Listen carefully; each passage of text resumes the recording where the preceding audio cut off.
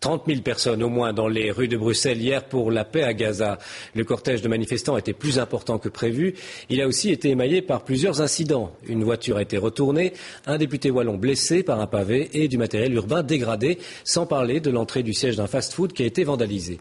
État des lieux des dégâts au lendemain de cette manifestation avec Alexandre Midia. Voilà tout ce qu'il reste des vitres de ce bâtiment de la communauté flamande après les violences qui ont émaillé la fin de la manifestation d'hier soir. Ici, les casseurs ont même pénétré dans la bibliothèque. Oui, ici, ils ont totalement brisé les vitres et puis ils sont rentrés à l'intérieur et ils ont même essayé d'allumer un feu. Du pur vandalisme donc qui aura des conséquences sur le fonctionnement de la bibliothèque. On prévoit environ 3 semaines de fermeture pour pouvoir remplacer les vitres. Hier soir, la police a procédé à 143 arrestations, dont 3 arrestations judiciaires. 3 casseurs déjà identifiés qui sont à la disposition du parquet. Pour la police, commence maintenant un travail d'analyse.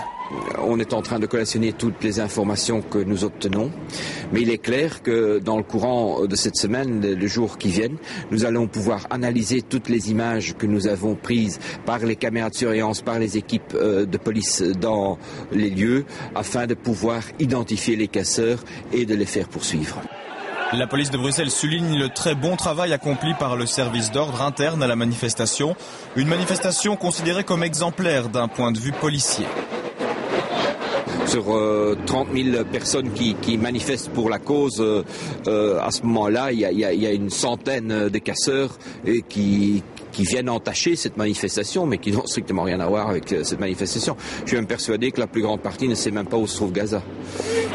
Les casseurs identifiés restent en détention. Les autres personnes arrêtées ont déjà été libérées dans l'attente de l'analyse des images qui pourrait prendre plusieurs jours.